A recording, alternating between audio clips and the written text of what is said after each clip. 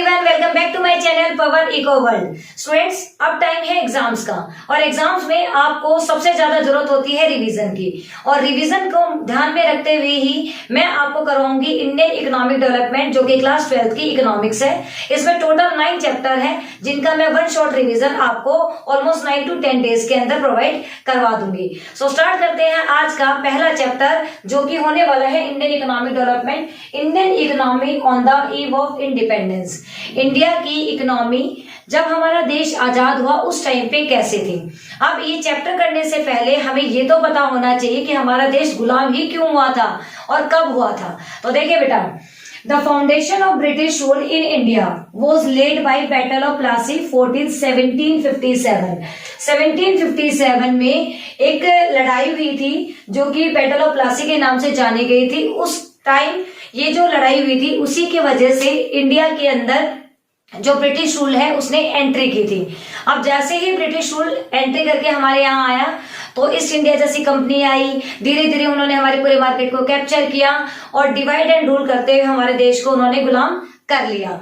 अब देखिए, finally after 200 years of British rule, Indian gain independence from them of 15 अगस्त 1947। लगभग 200 साल तक हमारा जो देश है वो एकदम गुलामी सहन करता रहा। जैसे तैसे करके हमने 15 अगस्त 1947 को आजादी ली। तो हमें ये नहीं पढ़ना, हिस्ट्री में नहीं जाना कि कब, क्यों, क्या, कैसे हुआ। हमें सिर्फ इतना पता करना था कि बैटल ऑफ प्लासी, जो कि एक युद्ध हुआ था, उसके वजह से ब्रिटिश हमारे पास आई। उसका जो मतलब वो लड़ाई हुई थी वो कब हुई थी, 1757 के अंदर। 1757 के अंदर हमारी लड़ाई स्टार्ट हुई थी और लगभग 200 साल तक हमारा जो देश है वो गुलाम रहा। अब हमें बस इतना ही हिस्ट्री में जाना था। अब हमें देखना है हमारी इकोनॉमी के पॉइंट ऑफ व्यू से कि इंडियन इकोनॉमी कैसी थी। तो 1947 के टाइम पे इंडियन इकोनॉमी कैसी थी, उसकी फीचर्स हम करेंगे। तो देखिए बेटा, सबसे पहले overall features of Indian economy on the eve of independence. Overall अगर फीचर्स की बात करूं, मतलब मैं पूरी फीचर्स की बात करूं, इंडियन इकोनॉमी का जो डिफरेंट सेक्टर्स थे वो कैसे थे, ये इंडियन इकोनॉमी किस तरीके की थी, वो सारी फीचर्स। तो सबसे पहले इंडियन इकोनॉमी जो है वो एक ऐसी इकोनॉमी थी जो कि स्टैग्नेंट इकोनॉमी थी। कैसी इकोनॉमी थी? स्टैग्नेंट। अब बात कर लेते हैं स्टैग्नेंट क्या होता है। सबसे पहले फीचर जो थी वो थी इंडियन इकोनॉमी स्टैग्नेंट थी। स्टैग्नेंट का मतलब होता है बिल्कुल रुक जाना। और किस तरीके से रुक जाना? इनकम के पॉइंट ऑफ व्यू से। वहां पे जो है इनकम है वो बिल्कुल ना के बराबर थी, या फिर बिल्कुल ही स्लो जो कंडीशन थी उसकी ऐसी थी, मतलब 0.5 के समथिंग ना के बराबर इकोनॉमी, उसे हम कहते हैं स्टैग्नेंट इकोनॉमी। तो on the eve of independence बेटा, जो इंडियन इकोनॉमी थी वो स्टैग्नेंट इकोनॉमी थी। ठीक है। अब क्वेश्चंस कई तरीके से पूछे जा सकते हैं, वन वर्ड क्वेश्चंस भी पूछे जा सकते हैं कि स्टैग्नेंट इकोनॉमी कौन सी होती है। उसमें आपको ध्यान में रखना है लो लेवल ऑफ इनकम। ठीक है। आगे चलते हैं बैकवर्ड इकोनॉमी। जो दूसरी फीचर थी वो ये थी कि इंडियन इकोनॉमी कैसी थी? बैकवर्ड इकोनॉमी थी। अब बैकवर्ड इकोनॉमी की अगर मैं बात करूं, तो बैकवर्ड इकोनॉमी वो इकोनॉमी होती है जिसमें पर कैपिटा इनकम कम होती है। तो 1947-48 के टाइम पे लगभग जो हमारी इनकम थी, पर कैपिटा इनकम, वो सिर्फ कितनी थी? 230, लगभग 230 के बराबर थे, 230 रुपीज। तो जो सेकंड थी हमारी, that is backward economy. Then third one is dominance of agriculture. हमारी जो इकोनॉमी थी वो पूरे तरीके से डोमिनेट थी किसकी? एग्रीकल्चर की। मतलब हम जो डिपेंड करते थे बेसिकली वो प्राइमरी सेक्टर पे करते थे। सभी लोग जो डिपेंड करते थे वो एग्रीकल्चर पे डिपेंड करते थे। उसके बाद ब्लिक इंडस्ट्रियलाइजेशन भी बिल्कुल ना के बराबर था। सेकेंडरी सेक्टर हमारे यहाँ पे बहुत थोड़ी तरीके से ग्रोथ कर रहा था, कोई खासी ग्रोथ नहीं कर रहा था। नेक्स्ट फीचर है हैवी डिपेंडेंस ऑन इंपोर्ट्स। हम जो है वो इंपोर्ट्स पे डिपेंड करते थे, और किसी भी देश के लिए एक्सपोर्ट्स जो होते हैं वो अच्छे होते हैं, इंपोर्ट्स अच्छे नहीं होते हैं। कहने का मतलब ये है बेटा कि हमारे देश जो है वो बेसिकली अपनी हर चीज के लिए, कैपिटल गुड्स हो गया या फिर मशीनरी वगैरह जो होती है हमारी, कोई भी नेसेसरी जो गुड्स थे डिफेंस वगैरह के, इन सब के लिए हम डिपेंड किस पे करते थे? इंपोर्ट्स पे। मतलब हम दूसरे देश से कुछ मंगवाते थे। अब दूसरे देश से जब हम कुछ मंगवाते हैं, हमारे यहाँ से जो फॉरेन एक्सचेंज है वो चली जाती है और हमें तो फॉरेन एक्सचेंज की जरूरत होती है। तो इसकी जो नेक्स्ट फीचर थी वो क्या थी? Heavy dependence on imports. हम सबसे ज्यादा किस पे डिपेंड करते थे? इंपोर्ट्स पे, जो कि देश के लिए अच्छे नहीं होते हैं। देन नेक्स्ट आता है लिमिटेड अर्बनाइजेशन। अब लिमिटेड अर्बनाइजेशन का मतलब है कि हमारे यहाँ पे गांव ज्यादा थे, और गांव के अंदर आपको पता है डिसगाइज अनएम्प्लॉयमेंट, हिडन अनएम्प्लॉयमेंट बहुत पाया जाता है। क्यों? क्योंकि लोग एग्रीकल्चर में लगे हुए होते हैं। सीजनल अनएम्प्लॉयमेंट जैसा बहुत ज्यादा जो गरीबी है वो आपको गांव में ही मिलेगी। तो अर्बन एरिया का होना बहुत जरूरी है, क्योंकि वहां पे फर्म्स होती है, इंडस्ट्रीज होती है, कंपनीज होती है। ऐसा हमारी इंडियन इकोनॉमी में on the eve of independence नहीं था। तो नेक्स्ट फीचर क्या हो जाती है? Limited urbanization. अर्बनाइजेशन जो अर्बन एरिया था वो बहुत ही कम था। And last semi feudal economy. हमारी जो इकोनॉमी थी वो कैसी थी? मिक्स इकोनॉमी थी। कैसी इकोनॉमी थी? मिक्स इकोनॉमी थी। और मिक्स इकोनॉमी वो इकोनॉमी होती है जिसमें गवर्नमेंट सेक्टर भी रोल प्ले करता है और प्राइवेट सेक्टर, जिसे हम इंडिविजुअल सेक्टर भी बोलते हैं, वो भी अपना रोल प्ले करता है। मतलब कुछ डिसीजंस तो गवर्नमेंट लेगी और कुछ डिसीजन जो है वो इंडिविजुअल खुद लेगा। कहने का मतलब ये है कि हमारी इकोनॉमी मिक्स इकोनॉमी थी। ये जो सारी मैंने आपको बताई ये उस टाइम की फीचर्स है जब हमारा देश आजाद हुआ। ओवरऑल फीचर्स के बाद हम बात करेंगे स्टेट ऑफ एग्रीकल्चर की। स्टेट ऑफ एग्रीकल्चर जो है वो on the eve of independence कैसा था? तो सबसे पहले अगर हम बात करें तो लो प्रोडक्शन एंड प्रोडक्टिविटी। जो प्रोडक्शन था, मतलब ऑल ओवर जो हमारी प्रोडक्शन एक्टिविटीज थी एग्रीकल्चर सेक्टर में, वो भी बहुत कम आ रही थी। प्रोडक्शन क्वांटिटी वाइज भी बहुत कम था और पर हेक्टेयर वाइज प्रोडक्टिविटी भी बहुत कम थी। तो सबसे पहले जो फीचर है वो लो प्रोडक्शन एंड प्रोडक्टिविटी है, जो कि बहुत ही कम थी। उसके बाद exploitative land settlement system. Land settlement system एक जमींदारी सिस्टम था, जिसमें ट्रायंगुलर सिस्टम भी हम बोलते हैं, लैंड रेवेन्यू सिस्टम भी हम बोलते हैं। इसमें बेसिकली 3 लोग थे। कौन थे? 3 लोग थे। एक तरीके से अगर मैं बात करूं तो इसमें ट्रायंगल इसे बोला ही 3 वजह से गया है। यहाँ पे एक मान लेते हैं गवर्नमेंट, यहाँ पे जो गवर्नमेंट थी उसको हम ब्रिटिशर्स बोलते थे सॉरी, यहाँ पे जमींदार और यहाँ पे टीलर्स। अब जो टीलर्स हैं उनसे तो जमींदार भर भर के टैक्स लेते थे। क्या करते थे? टैक्स क्या लेते थे? ऑलमोस्ट उनका सारा ही जितना भी उन्होंने उपज की थी, जो भी उन्हें क्रॉप प्रोडक्टिविटी की थी, वो सारे ले लेते थे। बट यहाँ पे किसी भी तरीके से कुछ फिक्स नहीं किया गया था कि भाई टीलर जो है वो जमींदार को कितना देगा, ये कोई फिक्स नहीं था। बट जमींदार गवर्नमेंट को कितना देगा ये फिक्स था। तो एक तरीके से अगर मैं कहूं तो जो सेकंड है हमारा एक्सप्लोटेटिव लैंड सेटलमेंट सिस्टम, ये किसने खराब कर रखा था? ये जमींदारों ने खराब कर रखा था। क्योंकि ब्रिटेन जो था, जो ब्रिटिश था, उसने तो कह रखा था कि जमींदार को इतना % देना है, बट जमींदार पूरी तरीके से खून चूस लेते थे टीलर्स का, जिसकी वजह से एक्सप्लोटेशन की जो अमाउंट थी वो बहुत बढ़ गई थी। तो सेकंड जो हमारी फीचर थी वो ये थी कि एक्सप्लोटेटिव लैंड सेटलमेंट सिस्टम था वहां पे एग्रीकल्चर सेक्टर के अंदर। थर्ड आता है फोर्स्ड कॉमर्शलाइजेशन।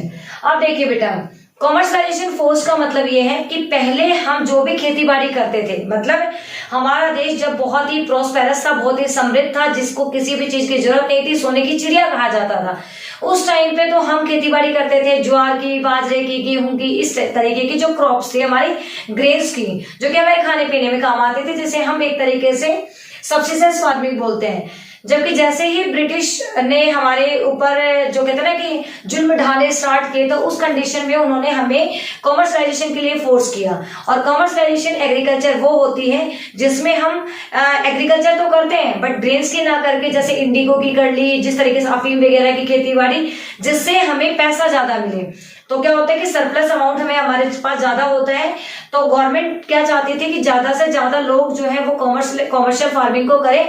कमर्शियल फार्मिंग की वजह से ब्रिटिश को फायदा था।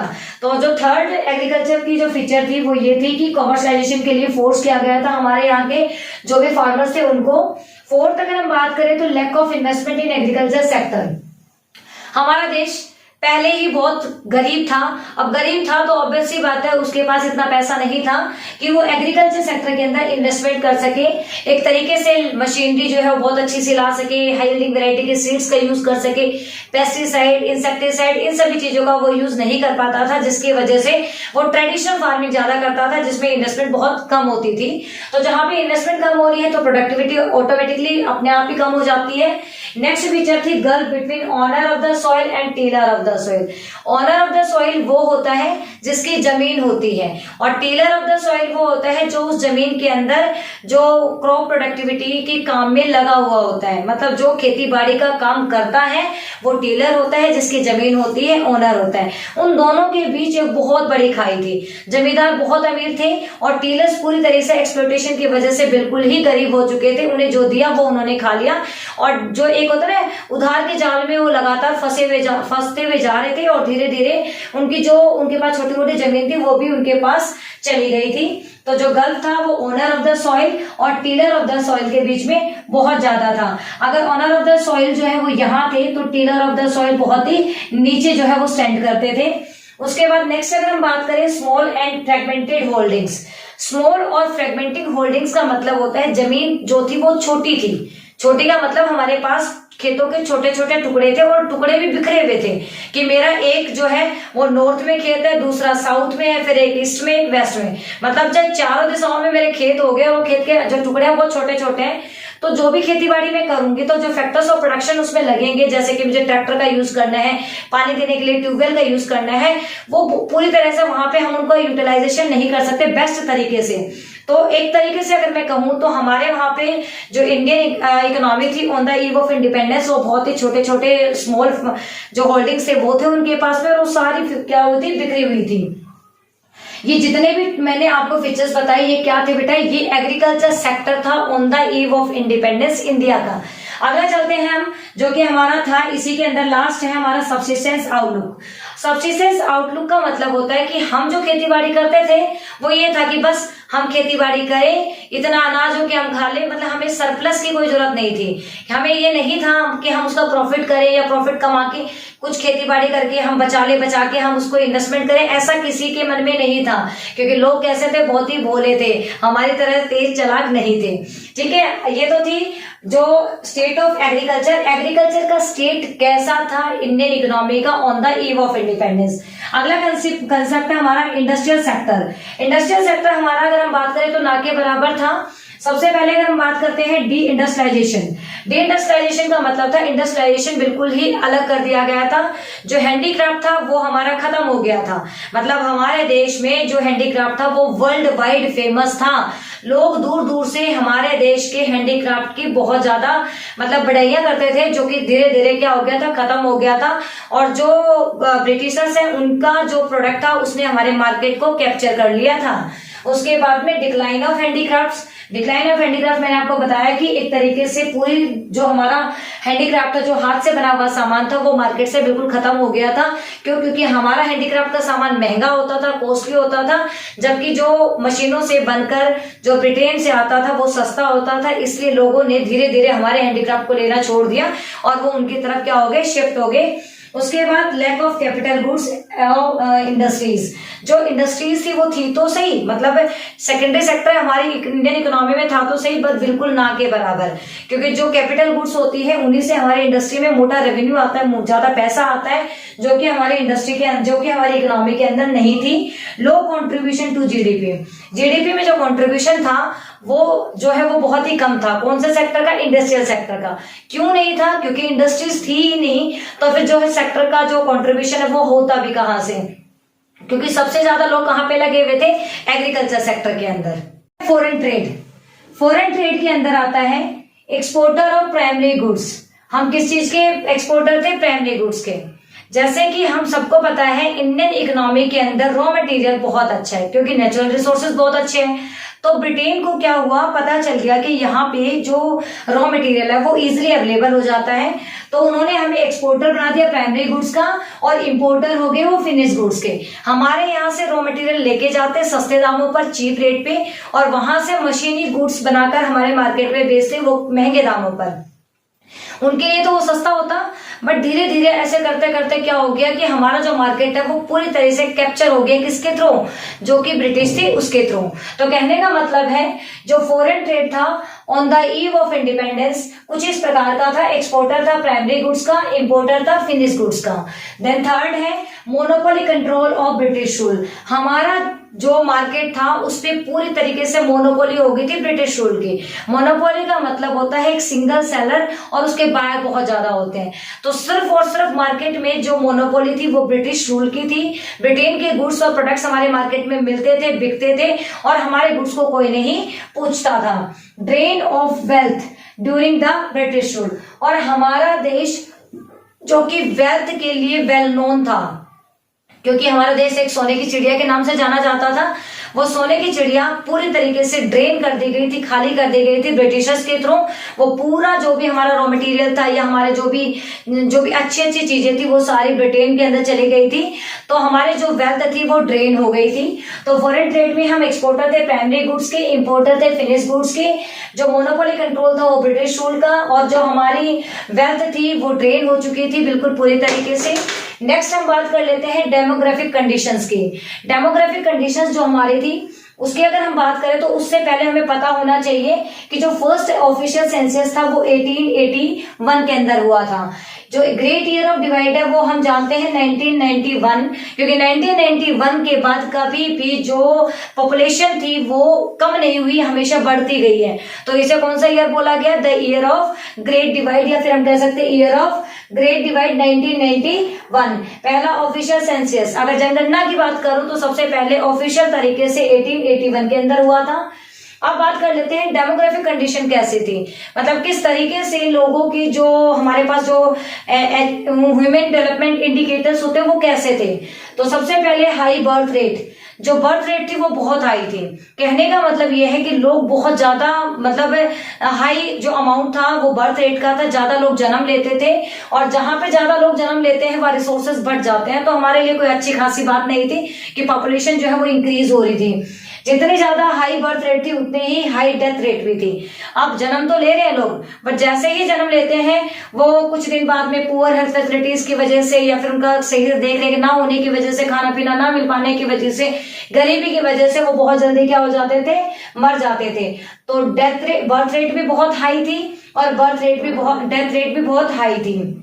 थर्ड है एक्सट्रीमली लो लिटरेसी रेट। अब लिटरेसी रेट जो है वो बहुत ही कम था, मतलब मेल और फीमेल की अगर मैं बात करूं तो मेल का तो फिर भी था, फीमेल का तो बिल्कुल भी नहीं था। अब मेल फीमेल की बात ना करके ऑल ओवर अगर हम इंडियन इकोनॉमी की बात करें तो लिटरेसी लेवल जो रेट था वो बहुत ही कम था, बहुत ही खराब था, एक्सट्रीमली पुअर था।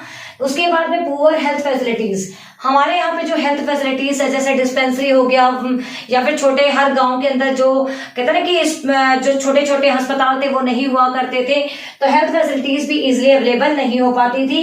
High infant mortality rate. Infant mortality rate होती है कि 1000 बच्चों के ऊपर कितने, मतलब जो बच्चे हैं उनकी डेथ हो गई है। जैसे कि बच्चे ने जन्म लिया और 1 साल से पहले उसकी डेथ हो जाए, वो रेट जो होती है वो इन्फेंट मोर्टेलिटी रेट होती है। तो ये किस वजह से होती थी? या तो बच्चे में खाने पीने की कमी रही होगी क्योंकि उसको माँ को नहीं मिला होगा, उसका ढंग से न्यूट्रिशन लेवल अच्छा नहीं गया होगा। इन शॉर्ट उस टाइम पे जो एक प्रेग्नेंट औरत होती थी उसको ढंग से खाना ना मिलने की वजह से, लैक ऑफ डेफिशिएंसी की वजह से, जो उसके अंदर कैल्शियम हो गया, प्रोटीन, जो भी उसके बैलेंस डाइट उसे नहीं मिली, उसके वजह से जो मोर्टेलिटी रेट था वो बहुत ही हाई था। जैसे ही बच्चे जन्म लेते थे 1 साल होने से पहले उनकी डेथ हो जाती थी। नेक्स्ट है लो एक्सपेक्टेंसी रेट। लो एक्सपेक्टेंसी रेट का मतलब है जीवन जीने की प्रत्याशा लगभग 35 के समथिंग थी। कहने का मतलब ये है कि लगभग लोग अगर एवरेज में हम निकालें तो 35 साल की उम्र तक चल बसते थे, मतलब भगवान को प्यारे हो जाते थे। आजकल लोग 70 में भी चले जाते हैं, 80 में भी, क्योंकि 69 के समथिंग तो उन्होंने रेट बता ही रखा है हमारी। तो एक्सपेक्टेंसी रेट, जो लाइफ एक्सपेक्टेंसी रेट था वो भी बहुत ही बेकार था, बहुत ही कम था। वाइड स्प्रेड पॉवर्टी, और पॉवर्टी की अगर हम बात करें तो भर भर के भरी थी। कहने आज भी अगर मैं बात करूं तो 21.9% लोग आज भी हमारे देश में गरीब हैं, मतलब जिसको हम बोलते हैं बिल्कुल ही बिलो पॉवर्टी लाइन जो है अपना जीवन यापन कर रहे हैं। तो उस टाइम पे तो गरीबी बहुत ज्यादा थी। उसके बाद ये थी हमारी डेमोग्राफिक ट्रांजेक्ट, जो भी हमारी कंडीशंस थी वो। नेक्स्ट और लास्ट कंसेप्ट हमारा आता है इंफ्रास्ट्रक्चर का। इंडियन इकोनॉमी का इंफ्रास्ट्रक्चर किस तरीके का था? तो इंफ्रास्ट्रक्चर बेसिकली दो टाइप का होता है, एक होता है सोशल, एक होता है इकोनॉमिक। सोशल से पैसे, मतलब सोशल से सोसाइटी का वेलफेयर होता है, सोशल वेलफेयर, और इकोनॉमिक से पैसे आते हैं। तो चाहे सोशल इंफ्रास्ट्रक्चर की बात कर ले या इकोनॉमिक इंफ्रास्ट्रक्चर की बात कर ले, Indian economy on the eve of independence बहुत ही बेकार था, जिसमें deficiency of economic and social infrastructure को इंक्लूड करेंगे। रोड बने, रेलवेज आई, रेलवे आई थी हमारे 1850 के अंदर, जो कि 1854 के अंदर पहली ट्रेन चली थी बॉम्बे टू थाने। उसके बाद में एयरवेज भी आए, वाटरवेज भी आए, ट्रांसपोर्ट भी आया, कम्युनिकेशन भी आया। बट आया किसके लिए? हमारे फायदे के लिए नहीं, ये सभी कॉलोनियल रूल के लिए आया था। जो ब्रिटिशर्स थे उन्होंने अपने एडमिनिस्ट्रेशन को, अपने जो भी ट्रांसपोर्ट फैसिलिटीज थी, सब कुछ अपने फायदे के लिए उन्होंने यहाँ पे लेके आए। रेलवे लाए ताकि यहाँ से रॉ मटेरियल इजिली जा सके, रेलवे लाए ताकि वहां से जो भी सामान बनाया है फिनिश गुड्स इजिली हमारे में आ सके। कम्युनिकेशन आया ताकि वो इजिली जो बातें थी कोई भी अपनी इकोनॉमी की यहाँ से वहां इजिली वो अपनी जो कम्युनिकेट कर सके, जो कि बैलेंस बनाना था इंडियन इकोनॉमी से लेकर जो ब्रिटेन की इकोनॉमी थी वहां तक का, टेलीग्राफ वगैरह सब कुछ आया। उन्होंने इवन थोड़ी थोड़ी करके सारी चीजें लेकर आए इंफ्रास्ट्रक्चर के नाम पर। वो सारे हमारे लिए नहीं थे, वो सारे उनके फायदे के लिए थे। तो बेटा ये था हमारा one shot revision chapter number 1 का। इसी तरीके से मैं अपने जो बाकी 8 चैप्टर्स है उनको भी करवा दूंगी। ये जो भी मैंने करवाया है इसका पीडीएफ बनाकर नोट्स का मैं लिंक डिस्क्रिप्शन में दे दूंगी। आपने बिल्कुल ही अच्छे तरीके से इनको सुनना है, और बार बार किसी चीज को अगर आप सुनते हैं तो वो इजिली आपको याद हो जाती है। तो मिलते हैं चैप्टर नंबर 2 में, तब तक के लिए बाय बाय, टेक केयर।